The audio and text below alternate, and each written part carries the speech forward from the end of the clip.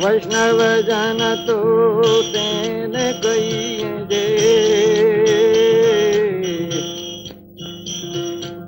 पीड़ पराई जाने रे पर दुखे उपकार करे तो मन अभिमान नो याने रे वैष्णव जन दो सकल लोक मा सौने वंदे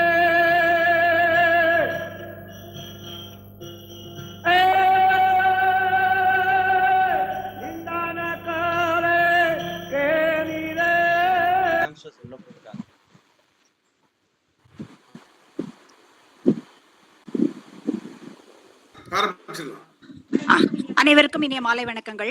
இந்த வாய்ப்பு தந்த காந்தி கல்வி நிலையம், சரவணன் உள்ளிட்ட அனைவருக்கும் என்னுடைய இனிய வணக்கங்களும் நன்றியும்.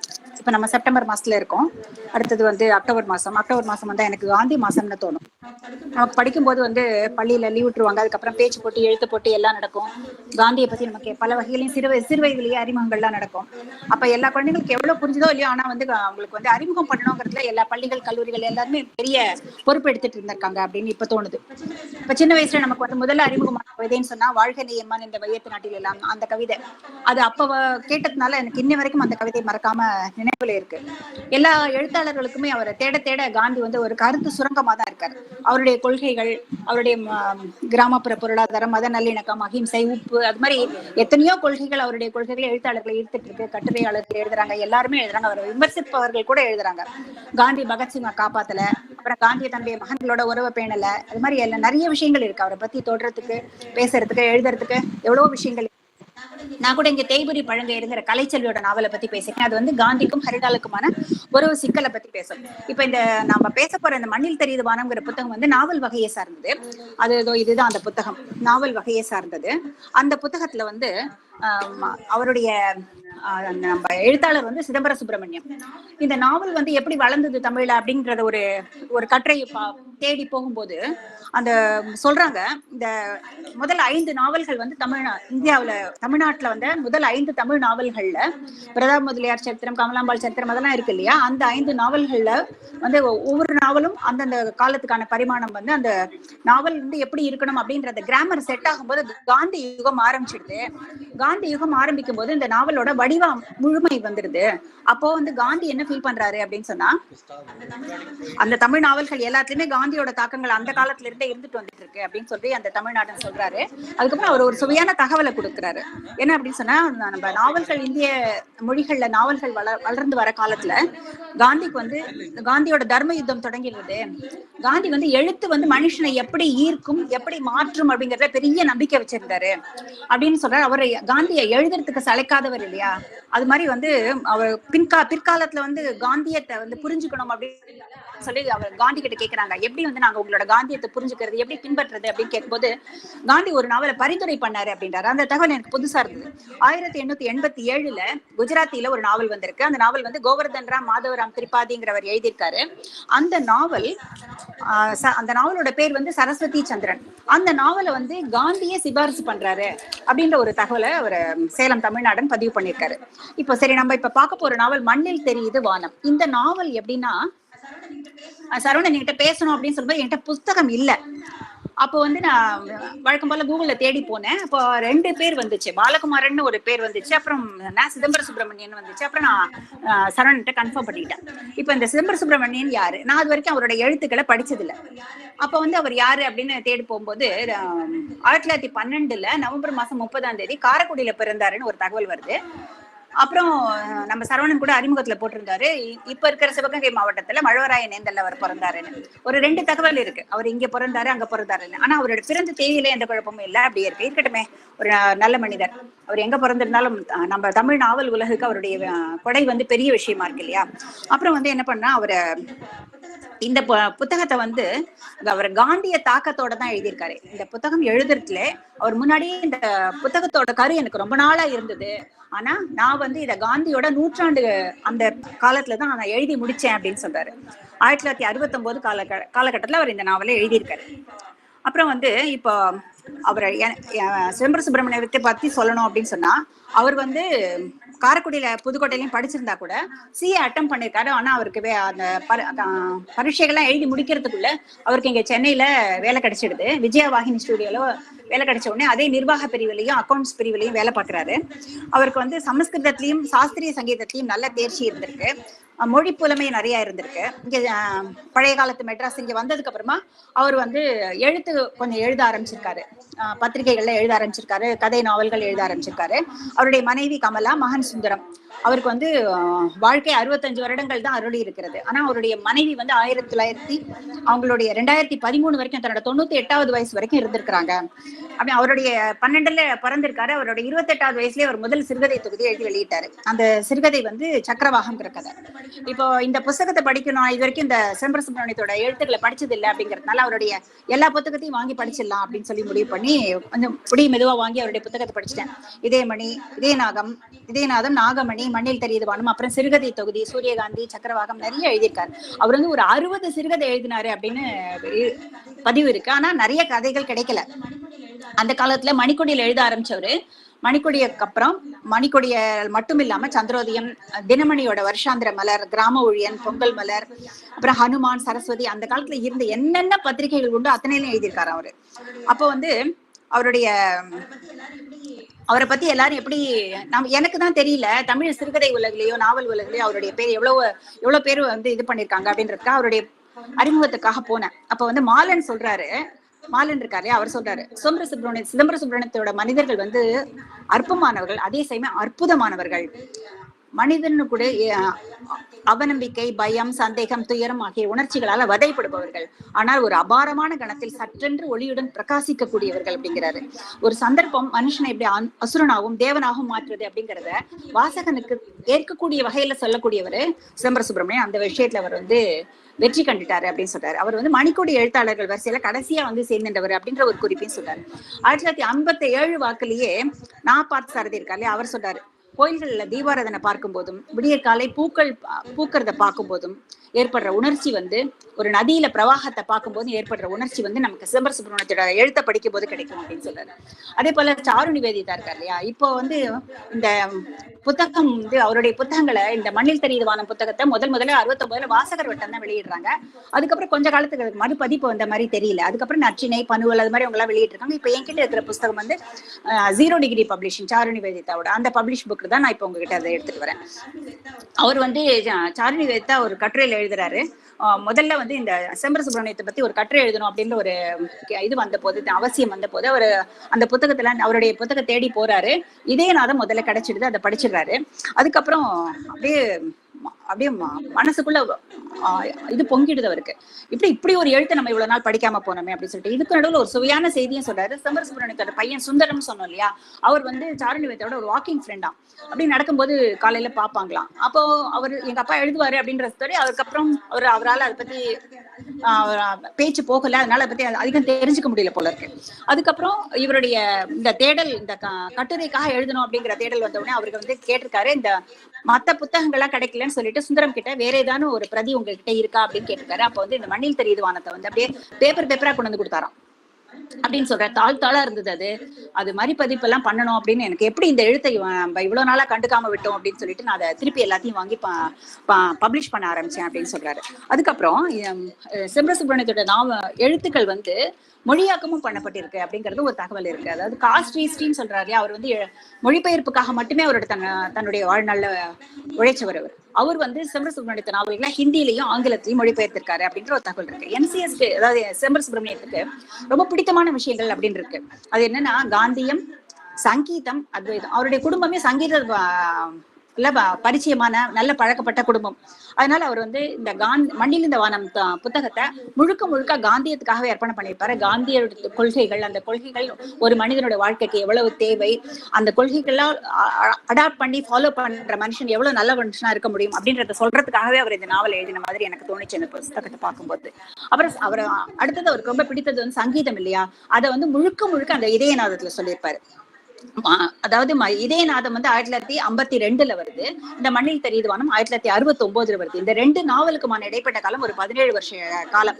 அதுல அவரோட எழுத்தோட மாறுபாடு நல்லா தெரியும். இதயநாதத்துல நிறைய சங்கீதத்தை விஷயங்களை சொல்லிட்டே வந்தா கூட சமஸ்கிருதம் நிறைய கலை இருக்கும், அதை அப்படியே யூஸ் பண்ணிருப்பாரு. ஆனா இந்த மண்ணில் தெரியுது வானம் புத்தகத்துல அதை அப்படியே தமிழ் படுத்தி யூஸ் பண்ணிருப்பாரு.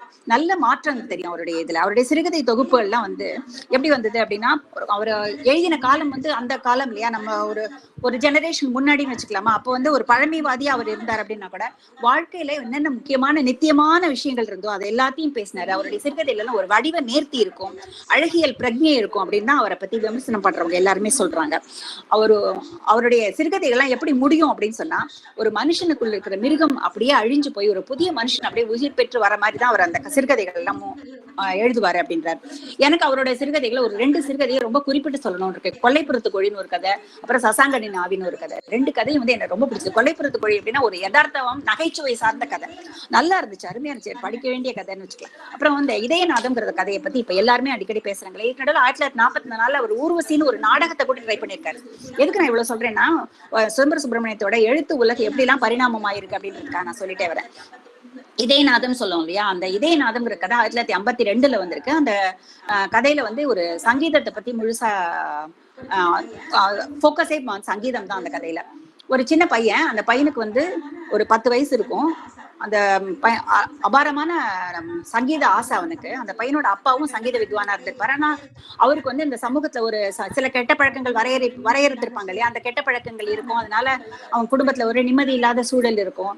அப்புறம் வந்து அந்த பழக்கங்கள்னால அவர் சீக்கிரமா இறந்தும் போயிடுவார். ஆனா இந்த பையனுக்கு வந்து சங்கீதத்து மேல அபார இது இருக்கிறதுனால அந்த பையனை வந்து பாட்டு தான் கத்துக்கணும் அப்படின்னு நினைப்பான். ஆனா அவங்க அம்மாவுக்கு வந்து அதுக்கு நேர் எதிர், சங்கீதமே பரம வைரி ஆகிடுவாங்க. அவங்க அது வேண்டவே வேணாம், சங்கீதம் என்னுடைய பையனுக்கு வேண்டாம் அப்படின்னு முடிவு பண்ணிடுவாங்க. அதனால அவங்க வந்து சங்கீதத்து பக்கம் அந்த பையனை போகாம வளர்ப்பாங்க. நீ வந்து சமஸ்கிருதம் படிக்கணும், பண்டிதன் ஆகணும், அப்பதான் நீ வந்து பிரகாசிக்க முடியும், உங்க அப்பா மாதிரி நீ இருக்கவே கூடாது அப்படின்னு நினைப்பாங்க. ஆனா இந்த பையனுக்கு முழுக்க முழுக்க சங்கீதத்துல மட்டும்தான் ஆசையாவே இருக்கும். அப்ப என்ன பண்ணுவாங்கன்னா, சமஸ்கிருதத்துல வந்து சில அடிப்படை இருக்கும், சப்தாசன் லகாராசன் சொல்லுவாங்க, அந்த ராம சப்தம் அதெல்லாம் சொல்லிக்கணும். டெய்லி ஒரு சப்தத்தை சொல்லி நீ வந்து அதை படிக்கணும் அப்படின்லாம் அவனை கம்பல் பண்ணுவாங்க. எனக்கு முடியவே முடியாது, ஏன் அம்மா நம்மளை இப்படி படுத்துறாங்கன்னு நினைப்பான் அந்த பையன்.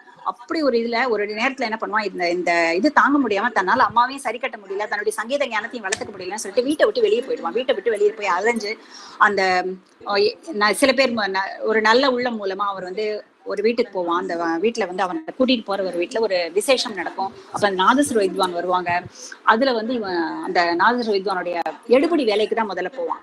அப்போ வந்து அந்த வித்வானுடைய இதை பார்த்துட்டு இவன் ரொம்ப இது பண்ணுவான்.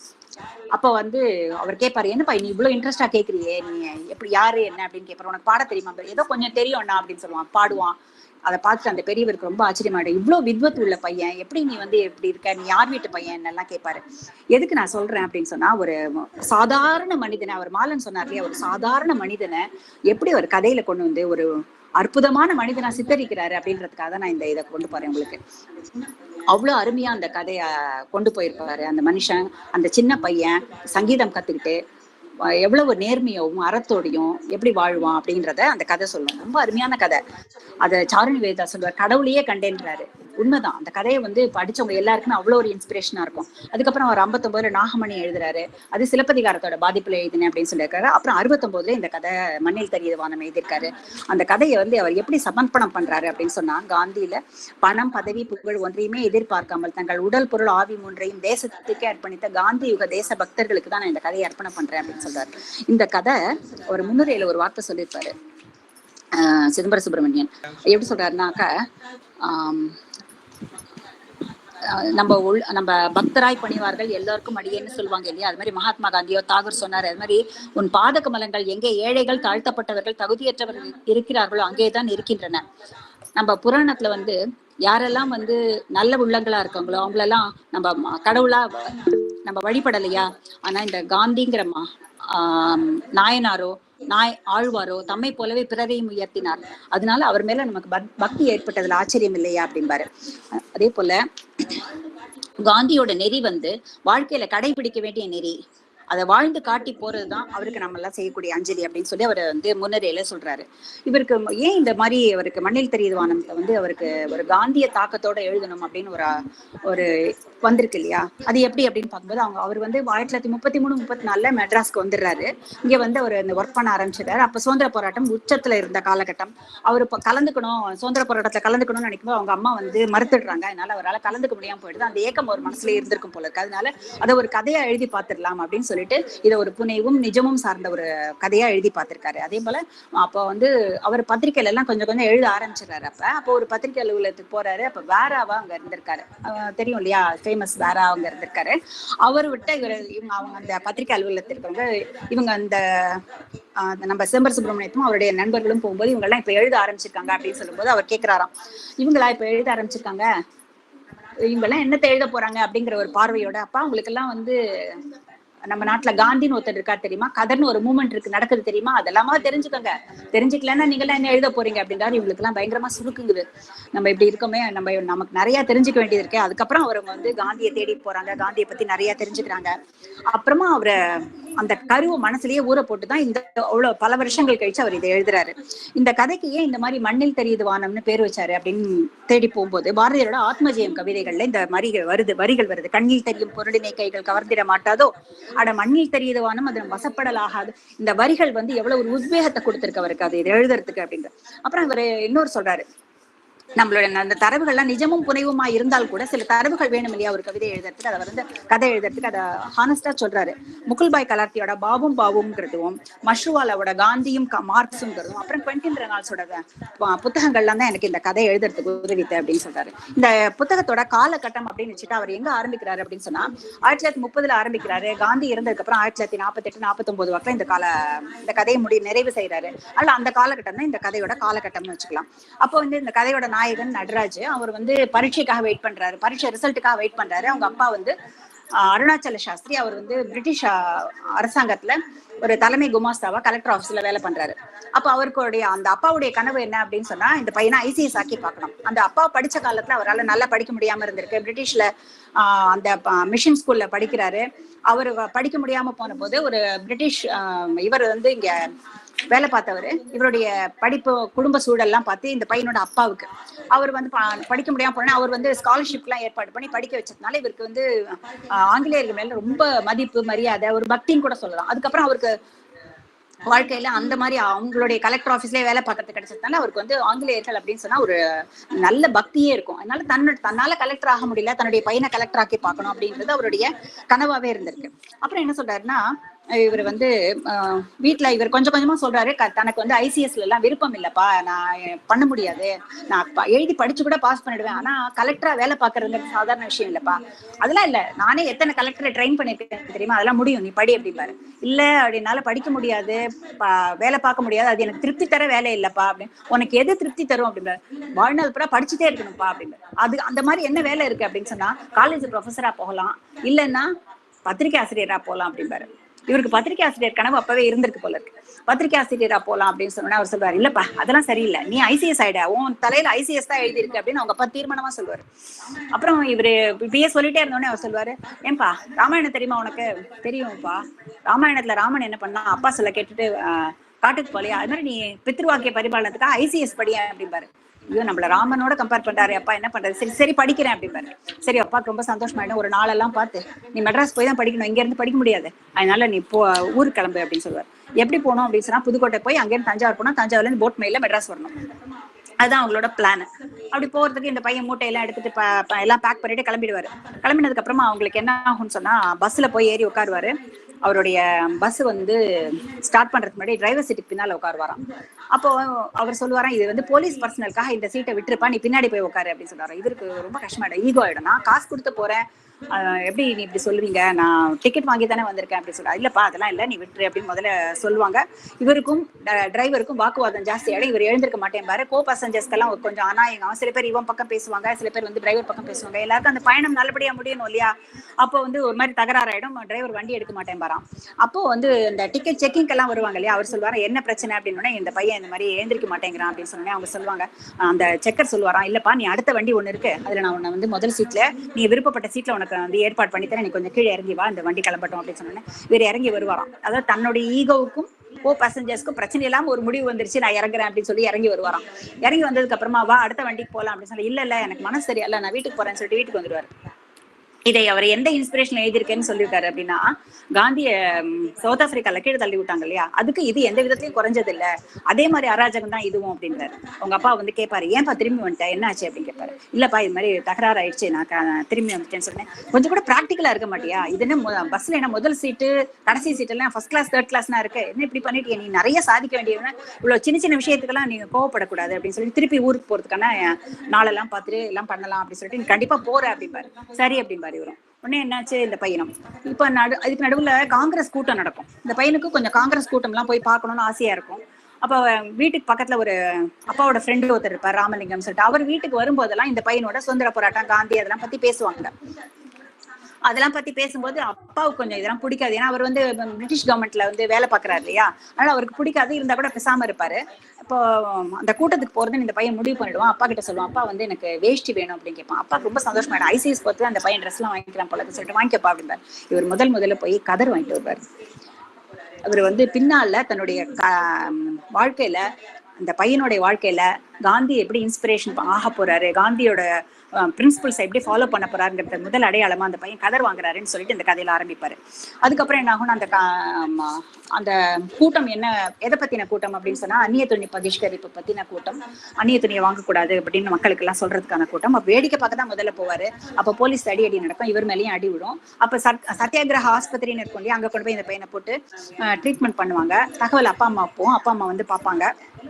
அப்போ அந்த டாக்டர் சொல்லுவாரு, அவரும் சத்தியாகிரகி, அவர் சொல்லுவாரு, இது மாதிரி ஒன்றும் பெரிய அடியெல்லாம் இல்லை, நான் எக்ஸ்ரே பார்த்துட்டேன், எலும்பு முறி ஒன்றும் இல்லை, அடிதான் பட்டிருக்கு, ஒரு நாள் 2 நாள்ல வீட்டுக்கு வந்துடலாம் அப்படின்பாரு. அது போல ஒரு நாள் 2 நாள் கழிச்சு வீட்டுக்கு வந்துருவாரு. அப்பா சொல்லுவாரு, நீ இதெல்லாம் உனக்கு சரிப்படாது, நீ ஐசிஎஸ் தான் படிக்க போற, இந்த பழக்கமெல்லாம் உனக்கு வேண்டாம், நீ அதுக்கு தகுந்த மாதிரி நீ இருக்கணும் அப்படின்னு சொல்லுவாரு. கொஞ்ச நாள் கழிச்சு, ஒரு 2-3 நாள் கழிச்சு போலீஸ்ல இருந்து ஒரு கால் வரும். வீட்டுல இவரும் அம்மாவும் இருப்பாங்க. அம்மா கிட்ட சொல்லிட்டு போவார், நான் என்னன்னு போய் கேட்டு வந்துடுறேன் அப்படின்னு சொல்லிட்டு போவாரு. போலீஸ் ஸ்டேஷன்ல சொல்லுவாங்களாம், நீ வந்து இந்த கூட்டத்துல நீ கலந்துக்கிட்டேன்னா நீ வந்து போய் கோஷம் போட்டே இல்லை, நான் கூட்டத்துக்கு போனேன் உண்மைதான், ஆனா வந்து நான் இதெல்லாம் பண்ணல அப்படின்னு சொல்றேன். அப்ப நீ வந்து ஒரு மன்னிப்பு கடிதம் மட்டும் எழுதி கொடுத்த, ஏன்னா இந்த கூட்டத்துல யார் கலந்துட்டாங்கன்னு சொல்லிட்டு கவர்மெண்ட்ல ஒரு லிஸ்ட் கேட்கறாங்க, உன்னுடைய பேரும் இருக்கு, அதனால நீ வந்து இனிமே நான் ஃபியூச்சர்ல எதுலயும் கலந்துக்க மாட்டேன்னு சொல்லி எழுதி கொடுத்துரு அப்படின்னு சொல்றாரு. இவர் யோசனை பண்ணுவாரு. அந்த போலீஸ் ஸ்டேஷன்ல இந்த மாதிரி கூட்டத்துக்கு போனவங்க எல்லாரையும் ஒரு ஓரமா உட்கார வச்சிருப்பாங்க. அதுல வந்து ஒரு தொழுநோயாளியும் இருப்பாராம். அவரும் உட்கார்ந்துருப்பாரு. அவர் மகாத்மா காந்திக்கு ஜெயின் கோஷம் போட்டுட்டு இருப்பாரு.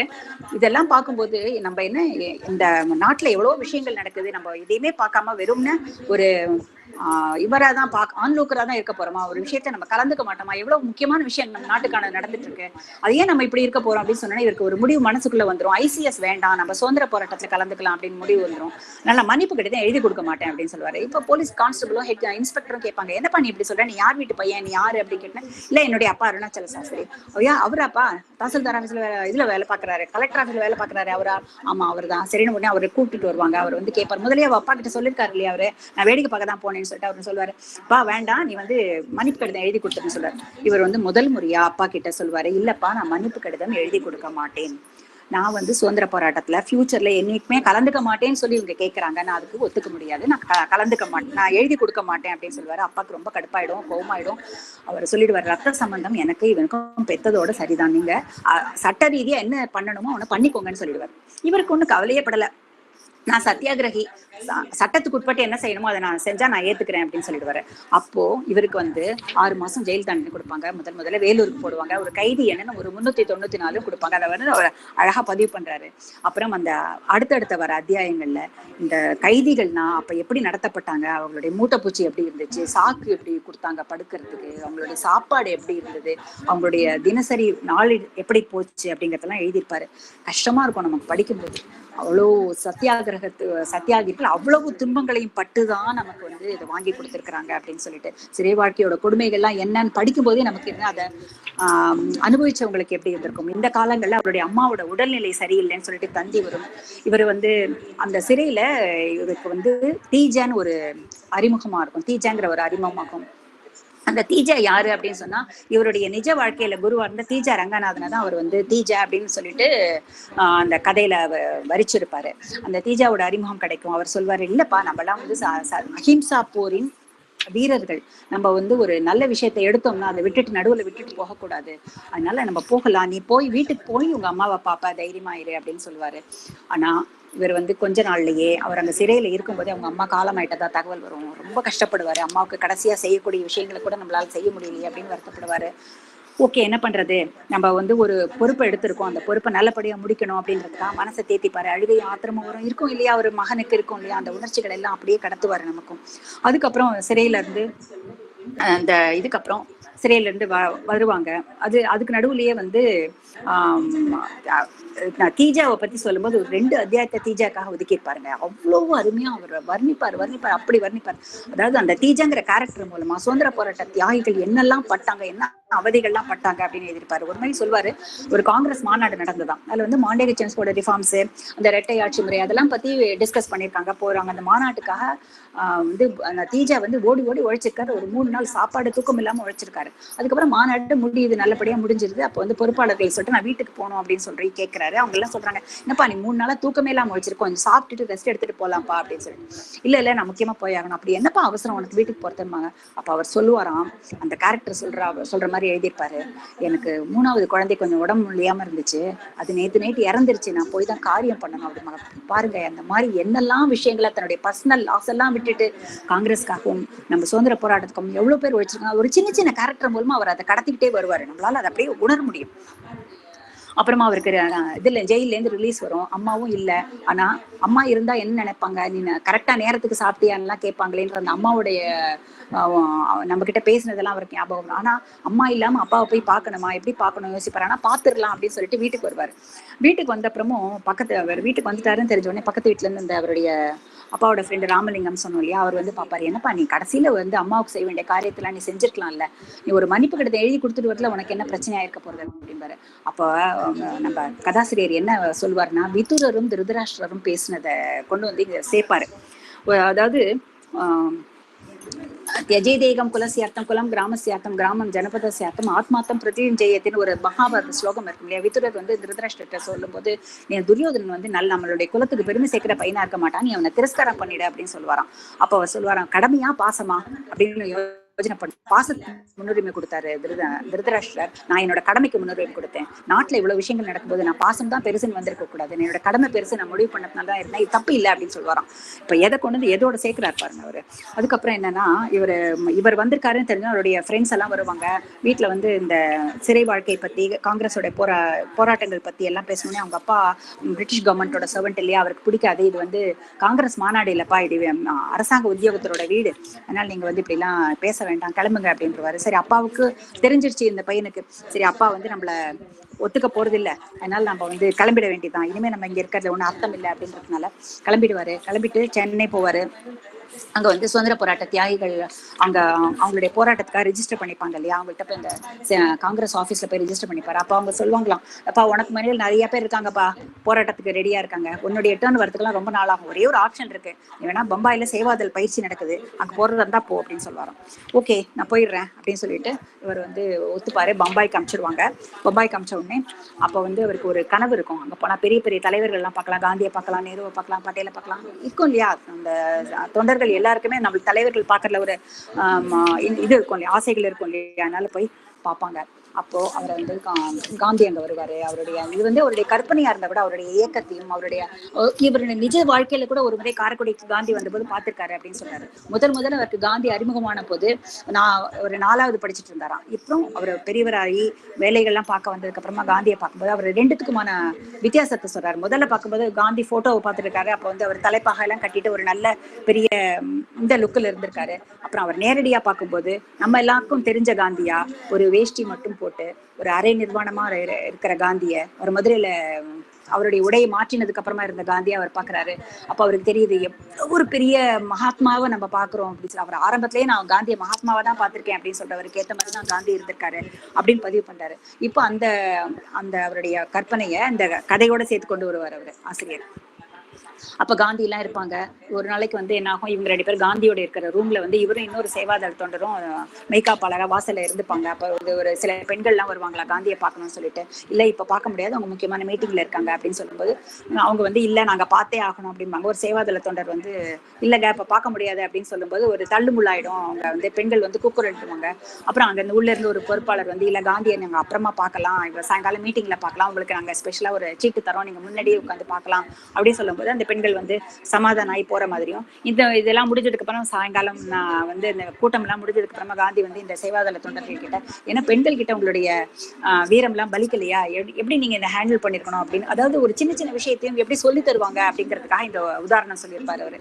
நீங்க என்ன பண்ணிருக்கணும் அஹிம்சை எல்லாம் இதை எப்படி நாங்க வந்து எதிர்கொண்டு இருக்க முடியும் இவங்க பதில் கேள்வி கேட்கும்போது அவர் சொல்றாரு நீங்க பேசாம படுத்துனீங்க உங்க மேல ஏரியா வரப்போறாரு, ஆஹா இந்த சின்ன விஷயம் கூட நமக்கு தெரியாம போச்சே அப்படின்னு சொல்லிட்டு அவங்க ஒவ்வொரு விஷயத்தையும் அங்க கத்துடணும் அப்படிங்கிற மாதிரி அவரு அதை சொல்லியிருப்பாரு. அப்புறம் வந்து அங்க இருக்கும்போது அந்த காந்தியோட இருக்கிற காலங்கள்ல வந்து நிறைய டிஸ்கஷன்ஸ் நடக்கும். நான் காந்தியை பக்கம் நிறைய பேர் வருவாங்க இல்லையா, அப்ப மகாதேவ் தேசாய் அவங்க எல்லாத்தையும் வந்து கேரக்டரா ஒரு இதுல கொண்டு வருவாரு. அப்ப வந்து முக்கியமான ஒரு சுவையான விஷயத்த அவர் சொல்லியிருப்பாரு. அப்ப வந்து சபர்மதி ஆசிரமத்துல ஒரு திருட்டு நடந்திருக்கான்னு சொல்றாரு. இதுதான் வந்து அவர் முகுல்பாய் கலார்த்தியோட பாவும் பாபுங்கிற புத்தகத்துல இருந்து எடுத்தேன் அப்படின்னு சொல்றாரு. அந்த திருட்டை பத்தி அது எல்லாருக்குமே தெரிஞ்சிருக்கலாம். என்னன்னா ஒரு முறை வந்து ஆசிரமத்துக்கு பக்கத்துல இருக்கிறவங்க எல்லாம் வந்து ஆசிரமத்தை எதிர்னா திருடிட்டு போயிடுவாங்க. அவங்க என்ன இருக்க போது ஆசிரமத்துல டப்பா கோவலை பாத்திரம் அது வேணா இருந்துக்கலாம் இல்லையா, அது மாதிரி திருடிட்டு போயிடுவாங்க. ஒரு முறை அவங்க திருட வந்த போது பாவோட 2 பெட்டியை தூக்கிட்டு போயிட்டாங்க. அந்த பெட்டியில என்ன இருந்துச்சு, வெறும் துணிமணி தான் இருந்துச்சு. அவங்க துணிமணி எல்லாம் எடுத்துட்டு பெட்டியை போட்டு போயிட்டாங்க. மறுநாள் பாப்புக்கு வந்து தெரிய வந்தது. யாரோட பெட்டி என்னன்னு கேட்டாரு. இதை பாவோடது அப்படின்னு சொன்னேன். அத அழகா சொல்லுவாரு சிதம்பர சுப்ரமணியம். எப்படி சொல்லுவாருன்னா பாப்பு சொல்லுவாராம், இந்த மாதிரி புது துணி எல்லாம் போட்டு நான் பார்த்ததே இல்லையே, பாவுக்கு ஏது இந்த மாதிரி துணி எல்லாம் அப்படின்னு சொல்லுவாராம். எவ்வளவு ஒரு அருமையா தன்னுடைய துணைவியார் வந்து எதுல எப்படி இருப்பாங்க அப்படிங்கறத வந்து ஒரு பாப்புக்கு வந்து எவ்வளவு அக்கறை இருந்தது அப்படிங்கறத இந்த வார்த்தைகள்ல சொல்லியிருப்பாரு. இல்ல பாவன்னு சொல்லுவாங்களாம், இல்ல நம்மளுடைய ஹரிலாலோட பசங்க மனு ராமியும் வருவாங்க இல்லையா, அவங்களுக்கு கொடுக்கறதுக்காக நமக்கு யாராவது துணிமணிகள் கொடுக்கும்போது எல்லாம் நான் சேர்த்து வச்சிருந்தேன், அந்த குழந்தைங்க வரும்போது கொடுப்பேன் அப்படின்னா பாப்பு சொல்வாராம், இது சரியில்லைப்பா, எந்த யார் நமக்கு அன்பளிப்பா கொடுத்தா அதை வந்து நம்ம ஓன் பண்ணிக்க கூடாது, நம்ம வச்சுக்கணுங்கிற கொள்கையில இருந்து நம்ம வந்துட்டோம் இல்லையா, அதனால அதை நீ காரியாலயத்துல கொடுத்துருக்கணும், அவங்க கொடுக்கறதா உன்னுடைய சரியான விஷயமா இருந்திருக்கும் அப்படின்னு சொன்னா அதுல இருந்து வந்து எதையுமே சேர்த்து வைக்கிறது இல்லை அப்படிங்கிறதையும் சொல்றாரு. ஒரு சின்ன சின்ன விஷயங்கள்ல கூட அவங்க அக்கறை எடுத்து அதை நெறிப்படுத்தி அப்படி வாழ்ந்திருக்காங்க அவங்க. அதுக்கப்புறமா இதெல்லாம் முடிச்சதுக்கு அப்புறமா இன்னொரு காலங்கள்ல வந்து ஒரு கம்யூனிஸ்ட் தொண்டர்கள் வந்து இவங்க பார்க்க வருவாங்களாம். அப்போ வந்து என்ன சொல்றாரு, அந்த காலத்துல இருந்த எல்லா விஷயங்களையும் பத்தி இந்த கதையில அவர் டிஸ்கஷனா கொண்டு வந்திருக்காருங்கிறதுக்காக தான் இதை சொல்றாரு அவரு. அப்போ வந்து என்ன சொல்றாங்களாம், கம்யூனிசமும் இதுவுமே வந்து ஒரே லட்சியத்துக்காக தான் போகுது, மக்களுடைய முன்னேற்றத்துக்காக மக்களுடைய வாழ்க்கையோட அப்லிஃப்ட்மெண்ட்காக தான் போடுது, காந்தியமும் இதுக்காக தான் வருது. அதனால 2 பேரோட வழியும் 2 பேருடைய எண்ட் பாயிண்ட் அதாவது லட்சியமும் ஒன்னா இருக்கும்போது வழிமுறைகளை பத்தி ஏன் கவலைப்படணும் அப்படின்னு சொல்லி கேட்கறாங்க. அப்ப வந்து பாப்பு சொல்றாராம், இல்ல கம்யூனிசவாதிகளுக்கு பொருளாதாரம் தான் வந்து முக்கியமான விஷயமா இருக்கு, பொருளாதார முன்னேற்றத்துக்காக தான் அவங்க போராடுறாங்க, பொருளாதார முன்னேற்றம் மனுஷனுக்கு அவசியம் தான், ஆனா ஒரு நல்ல மனுஷனா இருக்கிறதும் அவசியம் இல்ல, அவங்களுக்கு வந்து வழிமுறைகளை பத்தி கவலை கிடையாது, ஆனா எனக்கு வந்து இடம் போய் சேர்ந்து விட்டால் மட்டும் போதும் நான் நினைக்க மாட்டேன், வழிமுறைகளை பத்தி நான் ரொம்ப அக்கறைப்படுவேன் அப்படின்னு சொல்லிட்டு இன்னொரு விஷயத்தையும் சொல்றாராம், என்னோட சித்தாந்தம் என்னை திருத்துறதுல ஆரம்பமாறுது, ஆனா கம்யூனிஸ்ட் சித்தாந்தம் மாற்றானை திருத்துறதுல தான் ஆரம்பமாகுது அப்படின்றாரு. எப்படி வந்து எளிய வாசகனுக்கு புரியுற மாதிரி ஒரு கம்யூனிசத்தையும் காந்தியத்தையும் எவ்வளவு அழகா அவர் ஆசிரியர் வந்து சொல்லிட்டு போறாரு பாருங்க. அதுக்கப்புறம் வந்து காந்திய அரெஸ்ட் பண்ணி எரவாடா கூட்டிட்டு போயிடுறாங்க. அதனால அங்க இருக்கிற சேவாதள தொண்டர்கள் அவங்களுடைய ஊருக்கு போங்க அப்படின்னு அனுப்பிச்சிடுறாங்க. இவர் வந்து மெட்ராஸ் வந்துடுறாரு. மெட்ராஸ் வந்ததுக்கு அப்புறமா இங்க வந்து அந்த சத்தியாகிரக அலுவலகத்துல வந்து பதிவு பண்ணிக்கிறாரு, நான் வந்து அடுத்தடுத்து எந்த போராட்டங்கள் வந்தாலும் நான் கலந்துக்கிறேன் அப்படின்னு சொல்றாரு. அடுத்து வர போராட்டமும் அதே அந்நிய துணி, இதுல வந்து 2-3 போராட்டத்தை பத்தி சொல்றாரு, எல்லாமே அந்த அந்நிய துணி மது அது சம்பந்தமான போராட்டமா தான் அப்போ அவர் கலந்துட்டு இருக்க மாதிரி இந்த கதாநாயகன் கலந்துட்டு இருக்க மாதிரி காமிக்கிறாரு. இந்த முறை போராட்டத்துல போகும்போது குரூப்பா அனுப்புவாங்க இல்லையா? அப்ப வந்து ஒரு குரூப் போறாங்க, அடி விழுது. அதுக்கு அடுத்த குரூப்ல இவங்க எல்லாம் போறாங்க. இவங்களுக்கும் அடி விழுது. ஆனா இந்த முறை அடி பலமா இருக்கு. அதனால வந்து சத்தியாகிரக ஆஸ்பத்திரி கொண்டு போயிடுறாங்க. இவரோட கையில வந்து பயங்கர அடிபட்டது. கையை தூக்கவே முடியாம ஆயிடுது இந்த நடராஜங்கிற பையனுக்கு. அவன் தானே கேரக்டர். அவனுக்கு அது மாதிரி ஆயிடுது. அப்போ வந்து என்ன சொல்றாங்கன்னா, இவர் வந்து தீஜா அவரை பார்க்க வராரு. நம்ம முன்னாடி ஜெயில அறிமுகமானாரு. அவர் தீஜா பார்க்க வராரு. அப்ப இவர் சொல்றாரு, ஒரு ஒரு சுவையான சம்பவத்தை அதுல வந்து இன்க்ளூட் பண்ணிருப்பாரு சுப்பிரமணியம். என்னன்னா, ஒரு கையில அடிபட்டோன்னே இன்னொரு கையால அவருக்கு வந்து ஷேக் ஹேண்ட்ஸ் கொடுப்பாராம். அப்ப சொல்றாரு, லார்டு இர்வினுக்கும் ஒரு கை இல்ல தெரியுமா அப்படிம்பாரு. நமக்கு ஆச்சரியமா இருக்கும், லார்டு இர்வினுக்கு ஒரு கை இல்லையா, இது வரைக்கும் கேள்விப்படாத விஷயமா இருக்கு அப்படின்னு தேடி போனா, லார்டு இர்வினுக்கு இடது கை இல்ல. அவர் என்ன பண்றாரு, artificial left hand with spring operated thumb வச்சிருப்பாராம். அழகா அந்த ஒரு விஷயத்த ஒவ்வொரு அத்தியாயத்தையும் ஒரு புது புது விஷயத்த அப்படியே கதையோட போக்குல சொல்லிட்டே வருவாரு இவரு. அப்புறம் வந்து கொஞ்ச நாள் ஆஸ்பத்திரியில இருக்காம இருக்கும். அங்கதான் அவரோட ஃபியூச்சர்ல கல்யாணம் பண்ணிக்க போற ஒரு பொண்ணு அவருங்க பாப்பாரு. அந்த பொண்ணு பேர் சரோஜா அப்படின்னு சொல்லுவாரு. அப்புறம் கொஞ்ச நாள் கழிச்சு இவருக்கு வந்து டிஸ்சார்ஜ் பண்ணதுக்கு அப்புறமா எங்க போறது அப்படிங்கும்போது தீஜா சொல்வாராம், எனக்கு இங்க பத்திரிகை ஆபீஸ்ல வேலை கொடுத்துருக்காங்கப்பா, நீ வந்து எனக்கு என்னுடைய தெரிஞ்சவங்களை வந்து அதுல சேர்த்துக்கலாம் அப்படின்னு ஆப்ஷன் இருக்கும்போது நான் ஒன்ன சேர்த்துக்கிறேன், நீ வரியா அப்படின்னு கேட்பாராம். கரும்பு தின்ன கூலியா தீஜா வரேன், ஆனா எனக்கு பத்திரிகையை பத்தி எப்படி நடத்துறது, அதுக்கான விஷயங்கள் எதுவுமே எனக்கு தெரியாதே. பரவாயில்லவா, எல்லாரும் சேர்ந்து வேலை பார்க்கலாம் அப்படின்னு சொல்லி கூட்டிட்டு வந்துருவாரு. இப்ப பத்திரிகை ஆபீஸ்ல ஒரு வேலை கிடைச்சிடும். சிந்தாதிரிப்பேட்டில் சாமி செட்டி தெருவில் அந்த சரோஜா அப்படின்னு சொல்றவங்க அவங்களுடைய வீட்டுல மாடியில குடி வந்துருவாரு அப்படின்ற அந்த சின்ன சின்ன சென்னை பத்தின ஒரு சின்ன சின்ன அறிமுகத்தையும் இந்த கதையில எடுத்துட்டே வராரு. அந்த பத்திரிகை அலுவலகத்துல வேலை பார்க்கும்போது எப்படி வந்து பத்திரிகை தர்மம் எப்படி இருக்கணும் அப்படிங்கறதெல்லாம் அழகா சொல்லிட்டே வரும். ஒரு மொழிபெயர்ப்புனா எப்படி இருக்கணும். இவருக்கு வந்து சமஸ்கிருதத்திலையும் ஆங்கிலத்திலையும் நல்ல பயிற்சி இருந்திருக்கு. அப்ப தமிழ்ல பயிற்சி கொஞ்சம் குறைவா இருக்க மாதிரி அவர் சொல்றாரு. அப்ப அவர் எப்படி மொழிபெயர்ப்பு பண்ணும்போது அவருக்கு வந்து வார்த்தைகளுக்கு பஞ்சம் இருக்கு, வார்த்தைகள் வந்து எப்படி கரெக்டான வார்த்தைகளை அவர் யூஸ் பண்ண முடியல அப்படின்ற போது தீஜா சொல்வார், நடராஜ் உனக்கு வந்து கருத்து பஞ்சமே இல்லை, உனக்கு வார்த்தைகளுக்கு தான் பஞ்சம். அதனால நீ படிக்கிறது எதை படிக்கணும் அப்படின்னா தமிழ் இலக்கியத்தை படிக்கணும். நான் நிறைய படிச்சுட்டே வந்தேன், 2000 வருஷங்களா உணர்ச்சிகளையும் கருத்துக்களையும் அவங்க தமிழ் இலக்கியத்தை சொல்லியிருக்காங்க இல்லையா, அதை நீ படிச்சுட்டே வந்தேன்னா உன்னோட மொழிபெயர்ப்பு ஈஸி ஆயிடும் அப்படிப்பாரு. இது வந்து மொழிபெயர்ப்பாளருக்கு ஒரு முக்கியமான டிப்ஸ் ஆபீசர் அந்த ஆசிரியர் கொடுக்குறாரு அப்படின்றத நான் புரிஞ்சுக்கிறேன். அதுக்கப்புறம் என்ன பண்ணுவாங்களாம், நிஜத்துல வந்து அவரோட வாழ்க்கையில வந்து வாழ்க்கையின் முடிவுங்கிற சிறுகதை தான் அவரோட முதல் சிறுகதை. PS ராமையா மணிக்கொடியில் எழுதி வெளியிட்டிருக்காரு. அது மணிக்கொடியோட 5வது இதழிலே வந்துருக்கு. அப்புறம் மணிக்கொடி குடும்பத்துல சேர்ந்துடுறாரு.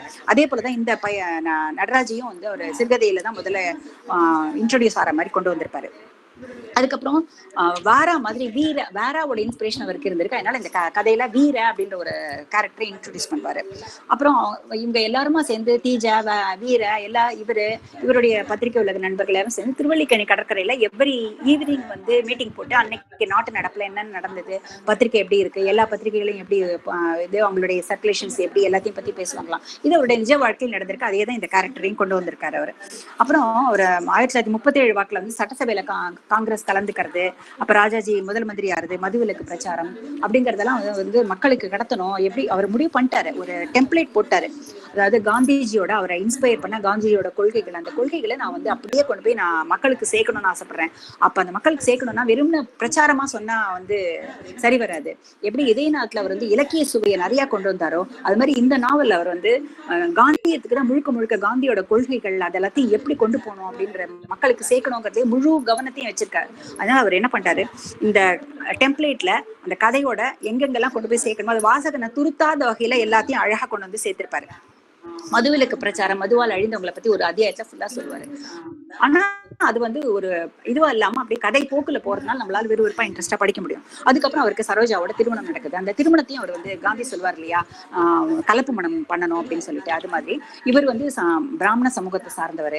அந்த பெண்ணோட கலப்பு மனம் பண்ணுவாரு. அந்த பெண்ணோட அம்மாவும் சொல்லுவாங்க, நீங்க வந்து இப்ப உங்களுடைய ஆசையினால நீங்க பண்ணிக்கிறீங்க, உங்களுடைய அடுத்த ஜெனரேஷன் எப்படி இருக்கணும் அப்படின்றதெல்லாம் பத்தி உங்களுக்கு ஐடியா இருக்கா, நீங்க பண்ணிக்கணும்னா நல்லபடியா இருக்க முடியுமா அப்படின்னு கேட்பாரு. இல்ல, நாங்க 2 பேருமே வயது வந்தவர்கள், சமூகத்துடைய இதை புரிஞ்சுக்கிட்டவங்க தான், அதனால எங்களால நல்லபடியா இருக்க முடியும் அப்படின்னு அஷ்யூர் பண்ணிட்டு அவங்க அந்த கல்யாணத்தை பண்ணிப்பாங்க. நம்ம இதுலதான் திருநீர்மலையில தான் கல்யாணம் பண்ணிட்டேன் அப்படின்றது அடுத்த தகவலையும் சொல்லுவாரு. அதுக்கு நடுவில் அவர் வந்து அடுத்த இன்னொரு தீஜாவோட இதுல ரெக்கமெண்டேஷன்ல அவருக்கு இன்னொரு பத்திரிகையிலையும் வேலை கிடைக்கும். அந்த பத்திரிகைக்கு பேர் சங்கத்வனி அப்படின்னு இருப்பாரு. இவருக்கு ஒரு பையன் பிறப்பான்.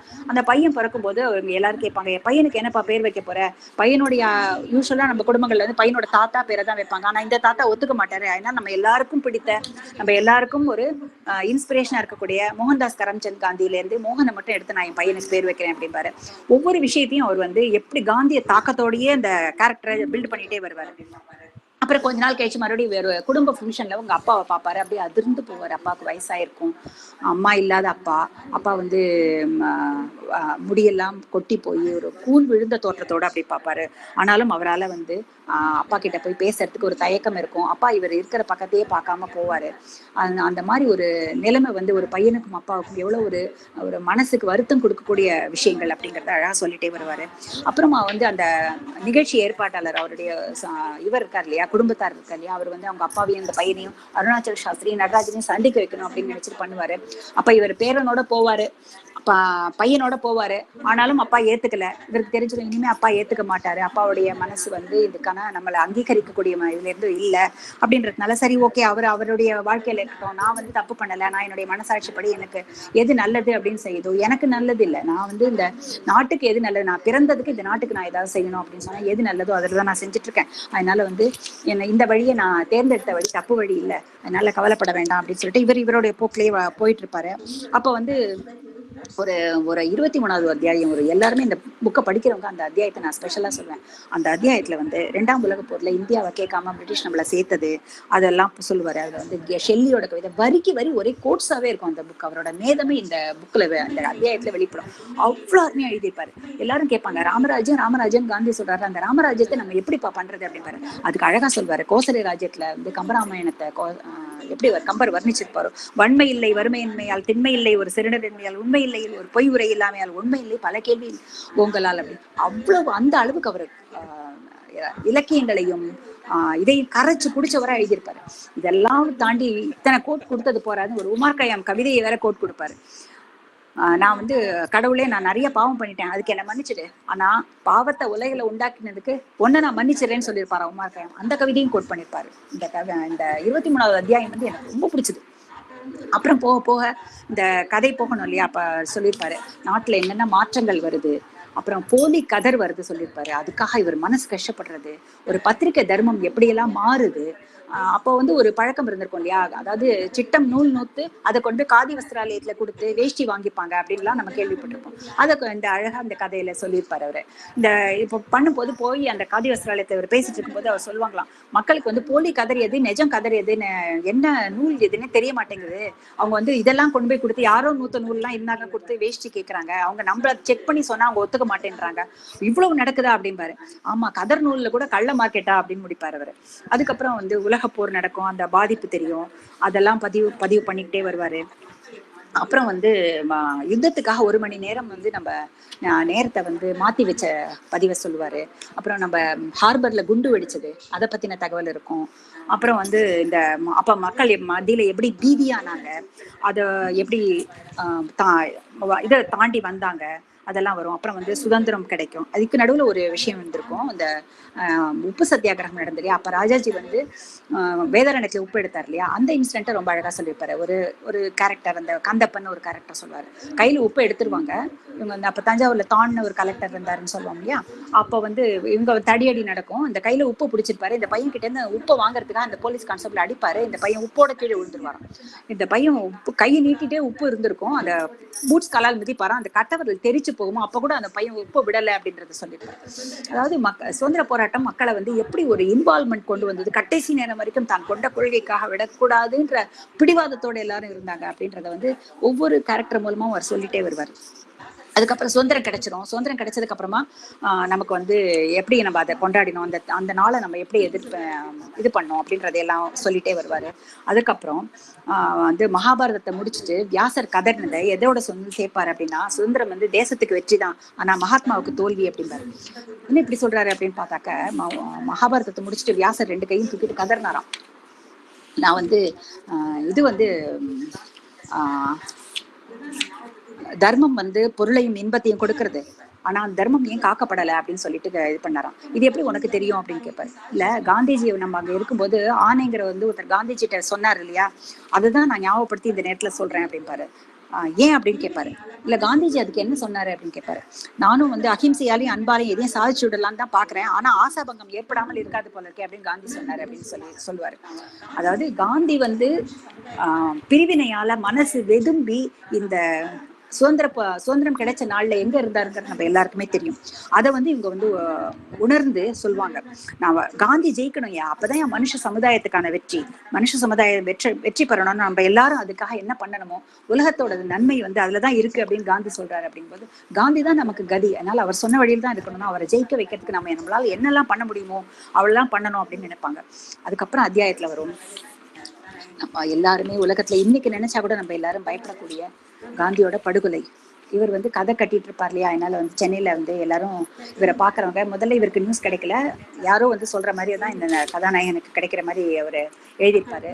இவர் போவாரு, ரோட்ல ஒருத்தவங்க கேட்பாங்களாம், இது மாதிரி நடந்துருச்சு உண்மையா அப்படின்னு சொல்லி, அப்படியா அப்படின்னு ஒரு ஷாக் ஆகி, இல்ல தெரியல அப்படின்னு சொல்லுவாரு. அப்புறம் கொஞ்ச நேரத்துல அந்த செய்தி வந்து இவருக்கு தெரிஞ்சிடும், உண்மையாயிடும். அப்போ வந்து இவருக்கு என்ன பண்றதுன்னே தெரியாது, மனசு வந்து வெறுமையாயிடும். அப்ப எழுதுவாரு, என்ன எழுதுறாருன்னா, காந்தியை கொன்னது யார் அப்படின்னு தெரிஞ்சுதா அப்படின்னு கேட்டேன். கோட்ஸேங்கிற ஒரு இளைஞன் அப்படின்னு சொன்னாங்க. ஆஹா, இந்த மாதிரி ஆயிடுச்சே அப்படின்னு சொல்றேன். மனசு வந்து என்னென்னமோ எண்ணங்கள் ஓடித்து, கடைகள் எல்லாம் மூடப்பட்டு விட்டன, விலை மதிக்க முடியாத பொருள் போய்விட்டது, விற்பதற்கும் வாங்குவதற்கும் என்ன இருக்கிறது, ரேடியோ பெட்டிகள் உள்ள கடைகளை மாத்திரம் லேசாக திறந்து வைத்துக் கொண்டு செய்திகளுக்காக மக்கள் காத்து கொண்டிருந்தனர். அங்கங்கே சிறு கூட்டம் கவலையோடும் துக்கத்தோடும் ரேடியோவில் சோகரசமாக வாத்தியங்கள் முனகி கொண்டிருந்தன அப்படின்னு எழுதுவாரு. அவ்வளவு ஒரு துயரத்தை நமக்கு அப்படியே கடத்துவாரு.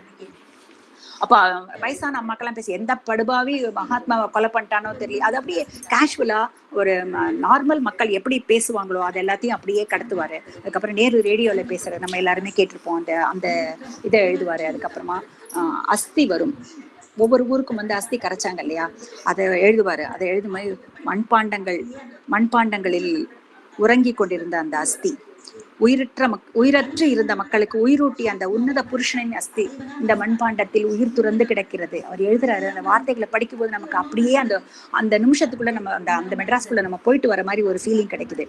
ஒரு தனி மனிதனா மறைந்தான், ஒரு மகாத்மாவா மறைந்தான், ஒரு தலைவனா மறைந்தான், ஒரு ஊழியனா மறைந்தான், ஒரு கொள்கையா மறைந்தது, ஒரு தத்துவமா மறைந்தது, ஒரு வாழ்க்கை வழியா மறைந்தது. காந்தி மாத்திரம் மறையவில்லை, காந்தி யுகமும் மறைந்தது அப்படின்னு அப்படியே கஷ்டமா இருந்தது எனக்கு படிக்கும்போது. அப்படியே கண்ணில் தண்ணியே வந்துருச்சு அந்த வடிகளை படிக்கும்போது ஆச்சு. அதுக்கப்புறம் வாழ்க்கை போகணுமே, அதனால கொஞ்ச நாள் கழிச்சு அவர் பத்திரிகை ஆஃபீஸ்ல வேலை பார்த்துட்டே இருப்பாரு. உங்க அப்பாவுடைய உடம்பு முடியலன்னு ஒரு தந்தி வரும், ஒரு செய்தி வரும். அதுக்கப்புறம் அப்பா மரணித்தார் அப்படின்னு ஒரு செய்தி வரும். இவருக்கு வந்து என்ன பண்ற, அப்பா நம்மளை ஏத்துக்கல, நம்ம என்ன பண்றது, நம்ம இந்த நேரத்துலயும் போய் அப்பாவுக்கும் கடைசி கிரியை பண்ணக்கூடிய கொடுப்பினை நமக்கு இல்லை, அம்மாவுக்கும் பண்ண முடியல அப்படின்னு சொல்லுவாரு. இவரும் அவருடைய மனைவியும் பேசிப்பாங்க. அப்பா வந்து கடைசி நேரத்துல நம்மளால எதுவுமே பண்ண முடியல, நம்ம என்ன பண்றது அப்படின்னு பண்ணுவாங்க. இவர் அப்பயும் சொல்லுவாரு, இவ்வளவு கோவம் உங்க அப்பாவுக்கா அப்படின்னு அந்த பெண் கேட்கும் போது கூட, இல்ல அப்பா வந்து அவருடைய கொள்கையில சரியாதான் இருந்திருக்கிறாரு, அவர் எதிர்பார்த்த எதையுமே நான் செய்யலைங்கிறது அவருக்கு வந்து நான் நல்ல மகனாய் இருக்கல அப்படிங்கிறது தான் அவருக்கு இருக்கும். அவருடைய அப்பாவை ஒரு உன்னத ஸ்தானத்திலே தான் வச்சிருப்பாரு. எங்கேயுமே அவருக்கும் இவருக்கும் ஒரு மன வருத்தங்கள் எதுனா கூட அப்பாவை எந்த இடத்துலயும் குறைச்சாலே ஒரு இது பண்ண மாட்டாரு, டிஸ்கிரைப் பண்ண மாட்டாரு. அது மாதிரி வந்து அவ்வளவு அழகா அவர் அந்த கேரக்டர் எடுத்துட்டு போவாரு. அப்போ சொல்லுவாங்க, அவர் அப்பா வந்து கொஞ்ச நாள் கழிச்சு அவருடைய அப்பாவோட ஃப்ரெண்டு எழுதுவாரு, அப்பாவுடைய ப்ராவிடன்ட் பணம் இருக்கு, அவருடைய வீட்டுல வந்து அவருடைய சில பொருட்கள் வித்த பணம் இருக்கு, அவர் சேமிச்சு வச்ச பணம் இருக்கு, அதெல்லாம் தர்மத்துக்கு அவர் எழுதி வைக்கணும்னு நினைச்சிட்டு இருந்தாரு, அதுக்குள்ள அவருடைய காலம் முடிஞ்சு போச்சு, அதை நீ என்ன பண்ண போற அப்படின்னு எழுதுவாரு. அப்போ அவர் சொல்வாரு, காந்தியோட தர்மகர்த்தா முறை தான் அவருக்கு ஞாபகம் வரும். அப்போ இந்த அப்பா படிச்ச ஸ்கூல்லயே இதை வந்து ஒரு ட்ரஸ்ட் மாதிரி ஓப்பன் பண்ணி அந்த பணத்தெல்லாம் அதில் போட்டு படிக்க முடிஞ்சு அதே நேரம் படிக்க வசதி இல்லாத ஒரு ஏழை மாணவனுக்கோ மாணவிக்கோ அதை வந்து போய் சேரணும் அப்படிங்கிறதுனால அதை வந்து ட்ரஸ்டிஷிப்பாக பண்ணலாம் அப்படின்னு சொல்லுவார். அவங்க மனைவி வந்து ரொம்ப நல்ல விஷயங்க, அது மாதிரியே செஞ்சிடலாம் அப்படிம்பாங்க. அது மாதிரி அவர் ஏற்பாடு பண்ணுவார்.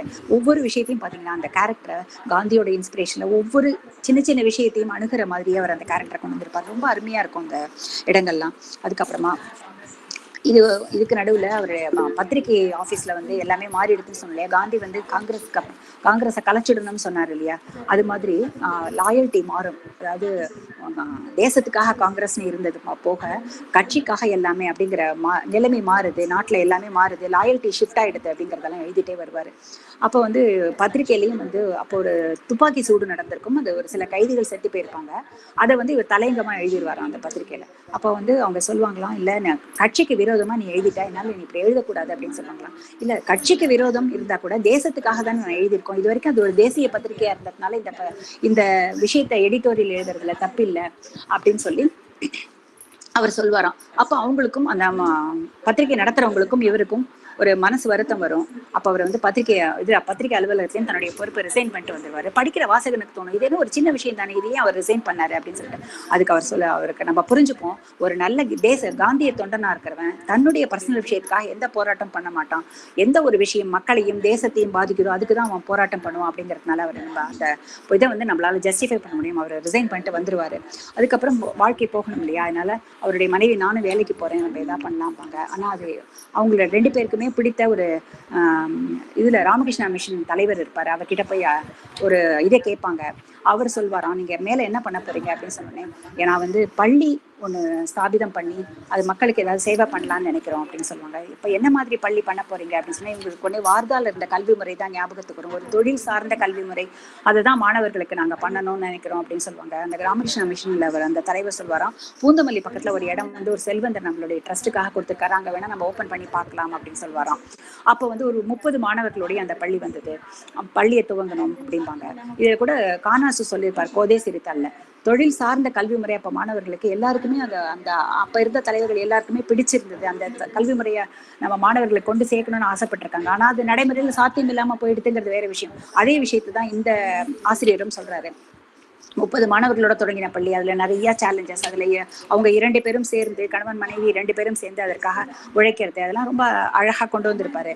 அதுக்கப்புறம் அந்த பள்ளியும் இவர்களுடைய தொண்டோட வளரும், அவங்க அந்த பையனும் வளருவான். அந்த பையனுடைய ஆண்டு விழா வரும் பள்ளியில, அவன் வந்து கேட்பான், வந்து அப்பா என்னுடைய ஸ்கூல்ல ஆண்டு விழா வருது, நீங்க வாங்க அப்படின்னு சொல்லுவான். ஒரு அம்மா என்ன கேட்பாங்க, உனக்கு எவ்வளோடா பிரைஸ் அப்படின்னு கேட்பாங்க. இல்லம்மா எனக்கு பரிசு இல்லை, ஆனால் என்னுடைய தோழர்கள்லாம் ஃப்ரெண்ட்ஸ் எல்லாம் ப்ரைஸ் வாங்குறாங்க, நீங்கள் ஸ்கூலுக்கு வாங்க. நீங்கள் ஏன் ப்ரைஸ் வாங்கல, நாங்கள் அந்த ஸ்கூலுக்கு எதுக்குடா வரப்போகிறோம் அப்படின்பாங்க. இல்லை அப்படின்னு சொல்லிட்டு அவன் கொஞ்சம் வருத்தமாக இருந்தால் கூட சரி அப்படின்னு விட்டுடுவான். அப்போ வந்து அந்த பையன் ஸ்கூலுக்கு போனது சொல்லுவார், நல்ல பையனாக இருக்கிறது தான் பெரிய விஷயம். படிப்புக்காக ப்ரைஸ் வாங்குறதோ இல்லை மற்ற விஷயங்களுக்காக ப்ரைஸ் வாங்குறதோ விட ஒரு நல்ல மனுஷனாக நம்ம அந்த பையனை வளர்த்துருக்கோமா அப்படிங்கிறதுல தான் நம்மளுடைய வெற்றி இருக்குது. காந்தி அதை தானே சொன்னார், நல்ல மனிதர்கள் தானே வேணும். ஒரு வளர்ச்சிங்கிறது எதில் இருக்குது, புற வளர்ச்சியிலையா இருக்குது, எந்திரம் வளர்ச்சியிலையோ இதில் இண்டஸ்ட்ரியல்ஸ் வளர்ச்சியிலையோ இருக்கிறதுல. ஒவ்வொரு மனுஷனும் நல்ல மனுஷனா இருக்கிறதுல தான் வளர்ச்சிங்கிறது இருக்கு இல்லையா.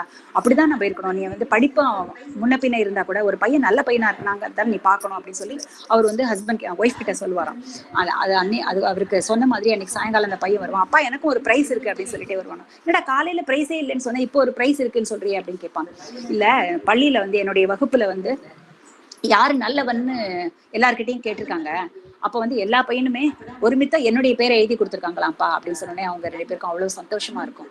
ஒரு பையனை நல்ல பையனா நம்ம வளர்த்துருக்கோம் அப்படிங்கிறதுல காந்தி சொன்ன மாதிரி அடுத்த தலைமுறைய ஒரு நல்ல தலைமுறையமா கொண்டு வரணும். அப்பதான் வந்து காந்தி எதிர்பார்த்த அந்த ராமராஜ்யம் இந்த மண்ணில் தெரியும். அப்போ அதுக்கான இதை நம்ம விதையை நம்ம போட்டிருக்கோம் அப்படின்னு சொல்லி அவர் இந்த கதையை முடிப்பாரு. ஒவ்வொரு அத்தியாயத்திலையும் காந்தியத்துடைய தாக்கம், அதை வந்து நடைமுறைக்கு கொண்டு வரதுல அவர்களுடைய இதையெல்லாம் ஒவ்வொரு மனிதனும் எப்படிலாம் பண்ணணும் அப்படிங்கிறத அழகா கொண்டு வந்துட்டே இருப்பாரு சிதம்பர சுப்பிரமணியம். இவர் வந்து 1969 ஜூன்ல இந்த கதையை முடிச்சு வெளியிட்டிருக்காரு. உடனே வாசகர் வட்டத்துல 1969 வருஷத்துலயே ஒரு 10-11 மாசத்துல அந்த டிஸ்கஷன் கேட்டிருக்காங்க. அப்ப நிறைய விமர்சனங்கள் வந்திருக்கு. இவருடைய கதைகள்ல வந்து கதை எழுதி முடிச்ச காலம் வந்து காங்கிரஸ் பொறுப்புல இருந்து போய் திராவிட முன்னேற்ற கழகம் ஆட்சிக்கு வந்தா கூட அவர் வந்து அந்த கதையோட காலகட்டத்துல ஏன் அதை டிஸ்கஸ் பண்ணல அப்படின்ற ஒரு விமர்சனமும் வந்திருக்கு. ஆனா அதையும் அவங்களே சொல்லியிருக்கிறாங்க. அவருக்கு எழுதின காலகட்டம் 49 வரைக்கும் தான். அந்த காலகட்டத்துல ஜஸ்டிஸ் பார்ட்டி வந்துட்டு அதை பத்தி கூட அவர் டிஸ்கஸ் பண்ணலையே அப்படின்றது எல்லாத்தையும் விளக்கியிருக்காங்க. ஆனா நம்ம நினைக்கிறோம் ஒரு கதாசிரியனுக்கு அந்த கதையில எதை முக்கியத்துவம் கொடுத்து கொண்டு வரணும் அப்படிங்கிறதுல ஒரு முழு சுதந்திரம் இருக்கு. கதாசிரியர் காந்தியை மட்டும்தான், காந்தி தான் நமக்கான கதி அப்படின்னு சொல்லிட்டு காந்தியத்தை மட்டுமே முழுசா கவனம் எடுத்து இந்த கதையை பில் பண்ணியிருக்காரு. அப்படிப்பட்ட ஒரு கதையை எனக்கு இன்னைக்கு பேசுறதுக்கு வாய்ப்பு கொடுத்த காந்தி கல்வி நிலையத்தாருக்கும் சரவணன் உள்ளிட்ட எல்லோருக்கும், சிதம்பர சுப்பிரமணியத்தோட மற்ற கதைகளையும் இந்த சாக்குல நான் வந்து படிக்கிறதுக்கு வாய்ப்பு கிடைச்சது. இந்த எல்லாருக்கும் என்னுடைய நன்றியும் வணக்கத்தையும் தெரிவித்துக் கொள்கிறேன். நன்றி. சார் நீங்க தான் சொல்லணும்.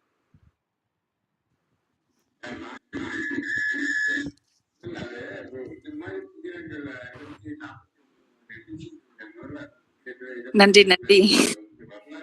ஓகே,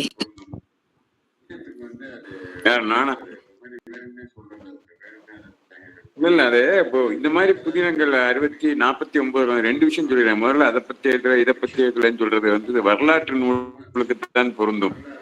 புதினத்துக்கு வந்து அது பொருந்தாது. அந்த மாதிரி வேணும்னே சொல்றது, அவங்க வேணும்னே அதை விட்டாங்க இதை விட்டாங்க. ஒரு புதினம்ங்கிறது கதாசிரியரோட உரிமை. ஒரு நாவல், ஒரு நான் ஃபிக்ஷன், ஃபிக்ஷன்ல வந்து அவர் எதை சொல்லணுமோ அதுதான் சொல்ல முடியும். எல்லாம் வரலாறு அது ஒண்ணு, அது விஷயம்.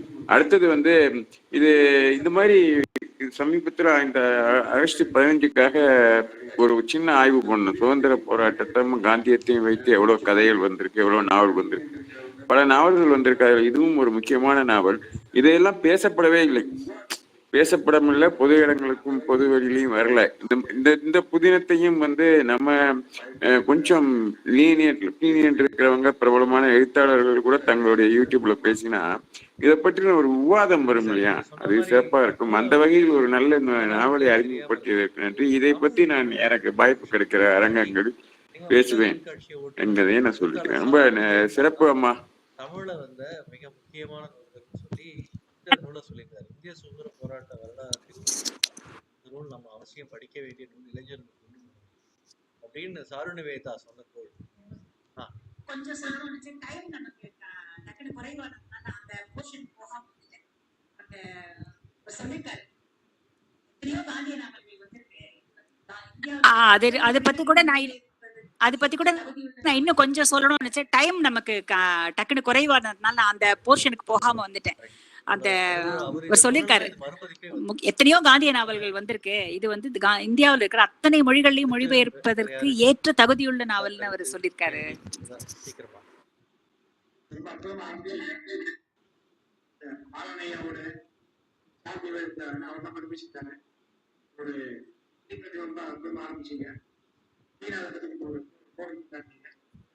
ரொம்ப அற்புதமா இருந்தது. ரொம்ப அற்புதமா ஆரம்பிச்சீங்க. இந்த மாலனையாவோட அப்புறம் சார் நிவேதிதா அவர் தான் பதிப்பிச்சிருக்காரு. அவருடைய ஃபீட்பேக்ல ரொம்ப அற்புதமா ஆரம்பிச்சீங்க. விஜயநாதன் பத்தி கொஞ்சம் ஒரு கோடு எடுத்து காட்டினீங்க. அதுக்கப்புறம் இந்த கடமையா பாசமா முன்னுரிமை கடமை தான் ஜெயிக்குன்னு சொல்றது ரொம்ப சந்தோஷமா இருந்தது கேட்கறதுக்கு. அதே போல இந்த இருவனுக்கு இடது கை இல்ல, அது அந்த புதிய செய்தி நமக்கு தெரியாது. ஏன்னா முதல்ல காந்தி உயிரோடு இருக்கும்போதே அவரோட பேர் சுற்றப்பட்ட ஒரே ஒரு ரோடு நம்ம தமிழ்நாட்டுல மெட்ராஸ் தான் இருக்குது, காந்தி இருவன் ரோடு. 30களே பண்ணிடுறாங்க. சுதந்திரம் கிடைக்கிறது 17 வருஷத்துக்கு முன்னாடி பண்ணிடுறாங்க. முதல்ல காந்தி பேர்ல விடப்பட்ட ரோடு தான்.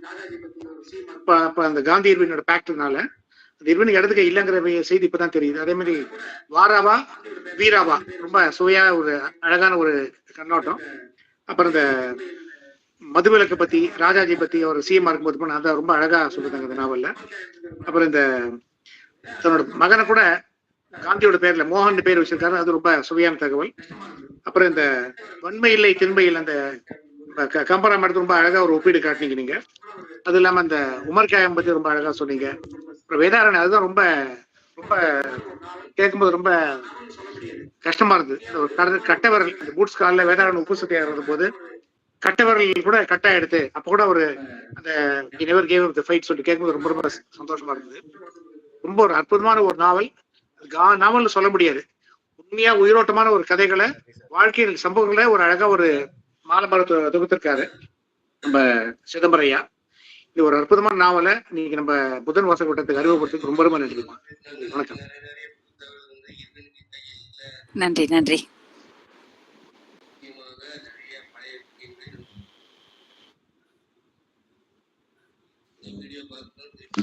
ஹேமா மேடம் ரொம்ப நல்லா பேசினாங்க. நமக்கு நிறைய புது தகவல் இருந்து இருவனுக்கு கையில் அது இதுன்னு ரொம்ப சூப்பர். இது நிச்சயமாக நிறைய பழைய விஷயங்களை நமக்கு புதுமையாக சொல்லியிருக்காங்க, ஞாபகத்துக்கு நல்லது. இனி வீடியோ பார்த்து தான் திருப்பி இதை கருத்தாக்கம் செய்வோம். மிக அருமையான வரை இப்படி எஃப்எம் செய்தி அறிவிப்பாளர் மாதிரி கொட்டி தீர்த்துட்டாங்க ஸ்லாட்டுக்குள்ள. மிக்க நன்றி அம்மா. நன்றி நன்றி. நிறைய இருக்கா கருத்து கேள்வி?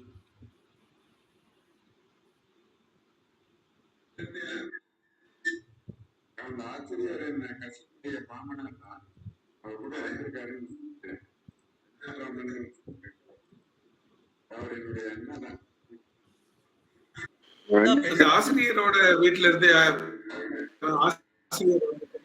அந்த ஆசிரியர் என்ன கசினுடைய மாமனார் தான், அவர் கூட வந்திருக்காரு. வெங்கட்ராமன் வந்திருக்காரு. அவர் என்னுடைய அண்ணா தான்.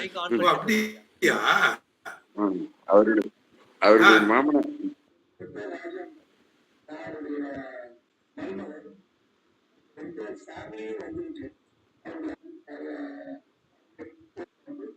அன்மியூட் பண்ணுங்க ஐயா. என் பேர் ராஜாமணி. நான் அவருடைய மருமகன். இன்ஃபேக்ட் அந்த என்டையர் ஃபேமிலியும் வந்திருக்கு. அவருடைய மூத்த பையன் அந்த மோகன்கிற கேரக்டர் என்னன்னு தெரியாது, நடேசன் அப்படின்னு ஒருத்தர். அப்புறம் இன்னும் அவருடைய இன்னொரு பிரதர் சி தியாகராஜன், அவரும் இந்த மாதிரி இதுலதான் வேலை பார்த்தாரு, ஆல் இண்டியா ரேடியோ எல்லாத்துலயும். ஸோ அவங்களும் இதில் ஜாயின் பண்ணியிருக்காங்க. இதை வந்து நானும் என்னுடைய கசின் ராஜாமணியும் இன்னொரு ஆத்தர் வந்து இன்னொரு பேச்சாளர் அதை பத்தி ரிவ்யூ பண்ணியிருந்தாங்க. அதுக்கு வந்திருந்தேன். அதுதான் முதல்ல வாசக வட்டத்துக்கு வந்திருந்தேன். ரொம்ப நல்ல சேவை நீங்க பண்ணிட்டு இருக்கீங்க. இந்த கதை எனக்கும் ரொம்ப பிடிச்ச கதை. இதை வந்து கதைன்னு சொல்றதா வாழ்க்கைன்னு சொல்றதான்னு நமக்கு தெரியாது கரெக்டா. இது வாழ்க்கையை கதையாக எழுதினதா கதையை வாழ்க்கையாக வாழ்ந்ததான்னு சொல்ல முடியாது. நான் வந்து அன்பார்ச்சுனேட்லி எனக்கு கல்யாணம் ஆன போது அவர் இல்லை. அவருக்கு ஒரு 4 வருஷம் முன்னாடி இறந்துட்டார். நான் கல்யாணம் ஆனதுக்கு முன்னாடி. பட் நான் அவருடைய தீவிர ரசிகன்.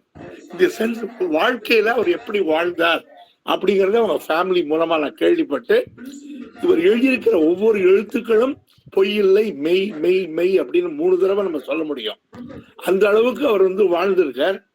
அவர் சாதாரணமா ஒரு கதாசிரியரை காட்டிலும் அந்த பிரின்சிபலுக்காக வாழ்ந்த ஒரு மனுஷன் அப்படிங்கறதுல நிச்சயமா தெரிஞ்சுக்கணும். அதுல நான் அந்த குடும்பத்துல இருக்கிறதுக்கு ரொம்ப பெருமைப்படுறேன். ரொம்ப நன்றி. தேங்க்யூ. இது யார சொல்றாரு, இவரா இருக்குமா அவரா இருக்குமாங்கிற கெஸ் வந்து வாசிக்கும் போதே நமக்கு வரும். ஏன்னா அது அப்படித்தான் அவர் நிஜத்தையும் புனைவையும் ரொம்ப அழகா கலந்து எழுதியிருக்காரு. வாசித்திருக்கேன். அந்த அனுபவத்துல உண்மையான ஒரு நிறைய அற்புதமான உரையாடல்கள் இருக்கு. அம்மா சொன்னதையும் மீறி நம்ம நூலை வாசிக்கும் போது இன்னும் பல விஷயங்கள் நம்ம அதுல இருந்து அனுபவம் சார்.